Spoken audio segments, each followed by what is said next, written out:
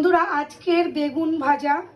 এই বেগুনের সঙ্গে মেশানো হয়েছে চালের গুঁড়ো, বেসন, একটু চিনি, নুন, হলুদ আর এই গোটা গোটা শিম। আমি এভাবে ভাজবো তেলে। আর এই যে বেগুনগুলো মেখে রেখেছি। চলো, ওইদিকে তেল গরম হয়ে গেছে। এবারে এক এক করে দিয়ে দেবো বেগুন ভাজা। তেলটা ভালোই গরম হয়ে গেছে। বন্ধুরা, আমার এই কড়াইগুলো আমার লাকি।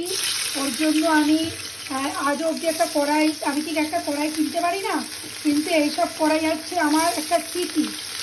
আমার হাজারটা কড়াই আছে, কিন্তু আমার এইসব কড়াইতেই রান্না করতে আমার ভালো লাগে।